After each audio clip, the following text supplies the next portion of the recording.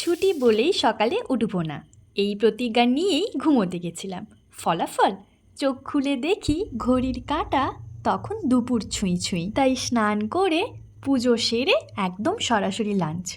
বাড়ির রান্না, প্রিয় খাবার, তাই মন ভরে খেলাম। সন্ধ্যা নামতেই চায়ের সাথে পাঁপড়, আর তারপরেই শুরু হলো ব্যস্ততা।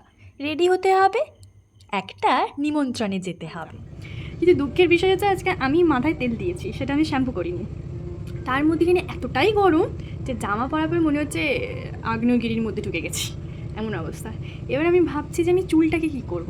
জামা পরে তো রেডি হয়ে গেছে, জানি চুলটা তো মনে হচ্ছে চিপে চিপে গেছে, একদম মানে মাথার সাথে একদম লেগে আছে।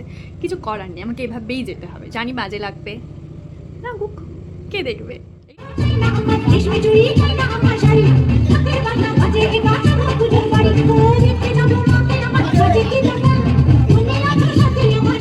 গিয়ে দেখি বার্থডে গার্ল নাচতেই ব্যস্ত। তারপর ওখানে হাসি, খাওয়া দাওয়া সব মিলিয়ে ব্যাপারটা বেশ জমে গেল। ফিরে এলাম শেষ পাতের ওই আইসক্রিম হাতে। বাড়ি ফিরে সেটা খেলাম। তারপর শুরু হলো নতুন নতুন উল বোনা শেখা। মায়ের সাথে বসে গল্প করতে করতে রঙের ভেতর হারিয়ে যাওয়া।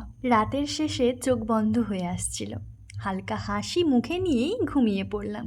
আর ভাবছিলাম, এমন ছোট ছোট মুহূর্তগুলোই তো আসলে বড় আনন্দের।